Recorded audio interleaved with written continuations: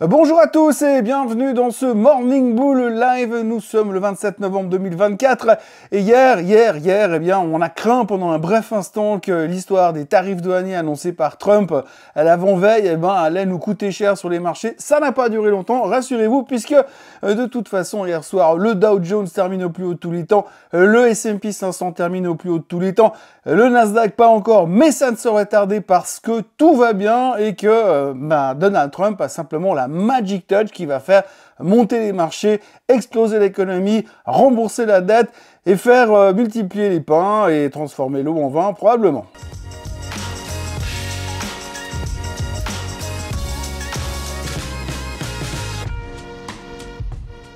Donc, on se rapproche de Thanksgiving, c'est de plus en plus calme. Aujourd'hui, vous attendez pas à une grosse journée, ça va être encore très calme, bien sûr. Tout le monde va commencer à faire les bagages pour retrouver la famille à l'autre bout des États-Unis. Donc, petite séance complète, dernière séance complète de la semaine, puisque je vous le rappelle, pour ceux qui ont oublié, demain, ça sera fermé aux États-Unis pour cause de dinde, et vendredi, ce sera demi-session aux États-Unis pour cause de Black Friday, parce qu'il faudra bien dépenser de l'argent pour faire remonter l'économie et augmenter la dette des Américains. Dette qui continue d'ailleurs de battre des records sans arrêt, que ce soit au niveau gouvernemental ou au niveau du privé, ça n'arrête pas de monter. On a encore une dernière statistique qui est sortie. Quand vous regardez le chart qui s'affiche devant vos yeux, eh bien on voit que finalement les prêts sur les automobiles qui sont pas remboursés sont en train d'exploser. Ils montent de 8,12% au Q3 2024, c'est le plus haut depuis 13 ans. Et puis ce qu'on appelle les vraiment graves qui ne remboursent pas du tout et qui ne seront jamais remboursés ont monté de 2,9%, c'est le plus haut depuis 14 ans. Et c'est de pire en pire. Donc en gros, les gens arrivent même plus à payer leur leasing au niveau des voitures. Ça, c'était pour la bonne nouvelle du jour. Pour ce qui est des marchés, eh bien effectivement, on s'est dit oui, mais si Trump il monte les tarifs face au Canada et face au Mexique, c'est pas une bonne chose parce que tout le monde va répliquer, donc ça va poser des problèmes à l'économie américaine. On n'a pas réfléchi beaucoup plus longtemps, on s'est dit non mais finalement ça sera quand même pas mal parce que Make America Great Again, on s'en fout, de toute façon ils vont payer plus, on aura plus d'argent et ça va booster l'économie. Par contre, alors ceux qui ont réagi parce que ça va leur faire très mal, eh bien c'est les Européens parce qu'eux ils se sont dit ah ouais mais bon alors si les Américains ils montent les tarifs au niveau des Canadiens et des Mexicains, il y a bien des chances qu'on se la prenne aussi derrière. Donc résultat, pression sur les marchés européens. D'ailleurs, il y a des indices européens comme l'Eurostoxx qui sont en train de faire des dead cross, nous montrer que finalement, attention, la tendance est en train de s'inverser en Europe.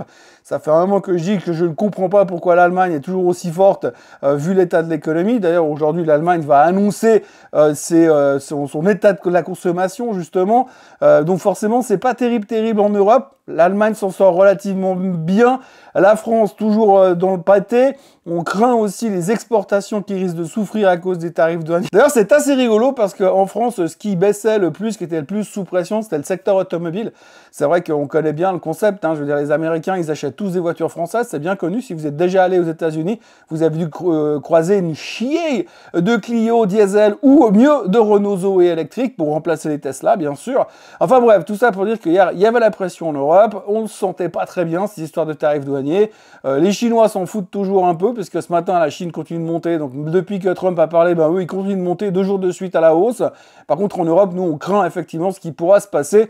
Et c'est un petit peu tendu pour l'instant. Enfin, ça sert à rien de s'étaler non plus pendant des heures là-dessus, puisque de toute manière, on est en train de ralentir. On a une fin de semaine qui commence déjà à partir du mercredi. Aujourd'hui, eh bien, il n'y aura pas grand-chose à regarder. Mais par contre, on va quand même se préoccuper des chiffres économiques, puisqu'il y aura le PCE, le chiffre adoré de la Fed, le chiffre de l'inflation adoré de la Fed, qui sortira en début d'après-midi, pour savoir si l'inflation est vraiment vaincue ou si elle va repartir.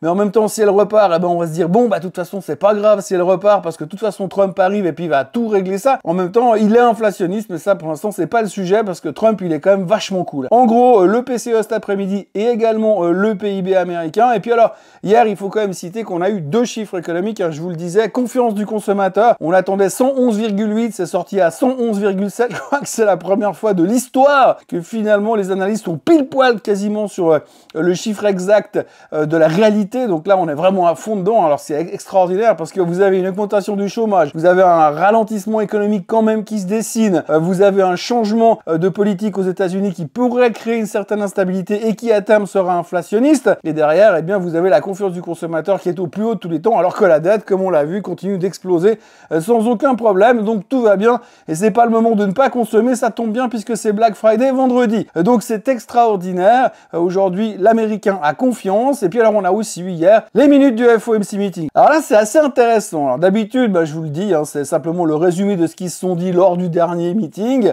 C'est une nana qui a tapé à la main ce qu'ils ont exprimé pendant 2 jours. Donc là en gros ce qui est assez drôle, parce que si vous vous souvenez du FOMC meeting, c'est arrivé juste après l'élection de Trump. Et là quand vous voyez un peu les commentaires qui ont été faits durant ce FOMC meeting, entre eux, vous avez quand même un peu l'impression que les gars ils s'attendaient pas que Trump soit président, parce que c'est pas vraiment ce qu'ils avaient prévu comme plan. Donc du coup on a beaucoup d'hésitation, pas vraiment de conviction au sujet de ce qu'il faut faire au niveau des taux. Ils sont pas vraiment convaincus qu'il faut continuer à baisser, monter, rien faire. Donc c'est un peu, ils y vont à tâtons. Là vraiment ils veulent à vue, en plein brouillard. On a l'impression qu'ils sont en train d'attendre de voir ce qui va se passer avec l'arrivée de Trump pour savoir ce qu'il faut faire avec les taux d'intérêt en fonction de ce qu'il va mettre en place. Alors du coup on peut se poser de nouveau la question sur ce qui va se passer au mois de décembre. Même si aujourd'hui la conviction est relativement élevée du fait qu'ils vont baisser encore les taux de 25 basis points, on peut quand même se demander, à la lecture du minute du FOMC meeting, si réellement ils ont l'intention de baisser les taux ou de faire quoi que ce soit sur les taux, parce que très honnêtement, on a vraiment l'impression qu'ils nagent dans le brouillard. Et puis l'autre sujet du jour qu'il faut retenir, c'est le Bitcoin, qui a donc échoué sur les 100 000. On en a déjà parlé hier. Il est redescendu ce matin, il était à 93 500, enfin à 92 500 quand je me suis levé, à 93 500 quand je suis descendu pour tourner cette vidéo dans mon studio. Mais ce qu'il faut surtout retenir, c'est la violence extrême de ce qui se passe sur MicroStrategy. Alors MicroStrategy, on en parle depuis 3 jours. C'est la nouvelle société à la mode, la société de Michael Saylor, qui a pour business plan d'acheter du Bitcoin, d'acheter du Bitcoin, d'acheter du Bitcoin, ensuite d'emprunter de l'argent à taux zéro et de racheter du Bitcoin et continuer ainsi pour faire monter le Bitcoin à 13 millions. C'est le target annoncé de Michael Saylor pour 2045. Mais donc, il y a beaucoup de volatilité parce que les volumes sur MicroStrategy ont explosé ces derniers temps. Vraiment des volumes extrêmement élevés. On parlait l'autre jour que sur l'ETF Bitcoin, vous avez un jour où il y a 5 milliards de volumes traités sur l'ETF Bitcoin. Il y a 50 milliards traités sur MicroStrategy. Alors, pourquoi tout le monde se jette là-dessus? Il y a beaucoup d'investisseurs retail qui commencent à jouer sur MicroStrategy parce qu'il y a plus de volatilité et il y a plus de levier. Si vous achetez de la MicroStrategy et le Bitcoin explose, vous allez gagner plus d'argent en étant sur MicroStrategy que sur le Bitcoin lui-même. Le seul problème, c'est que quand le Bitcoin baisse, vous perdez beaucoup plus que le Bitcoin, puisque depuis la correction des plus hauts historiques était à 99 800 à là où on est aujourd'hui, MicroStrategy a perdu 35%.